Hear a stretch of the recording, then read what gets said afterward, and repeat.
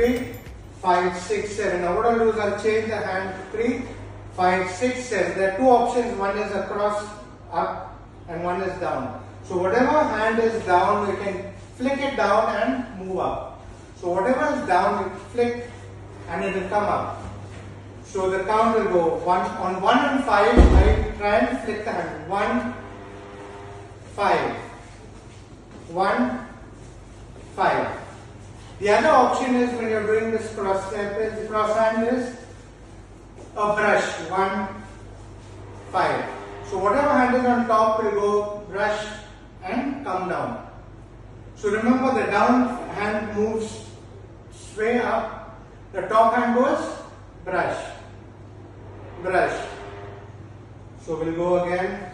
1, 2, 3, 5, 6, 7. 1, 2, 3, 5, 6, 7, and then we're comb, comb, comb, and this. So if I want to come back again back to the basic, I'll go turn and then change the hand to turn. 1, 2, 3, 5, 6, 7. The other step where you can do a double hand lock turn is, Now once I've come into this step, I'll go 1, 2, 3. I have two options again. One is a drop and come straight. Okay? So it's a straight hand. We go 1, 2, 3. I lock the step, turn. 1, 2, 3, 5, 6, 7. I drop 1, 2, 3, and then 5, 6, 7.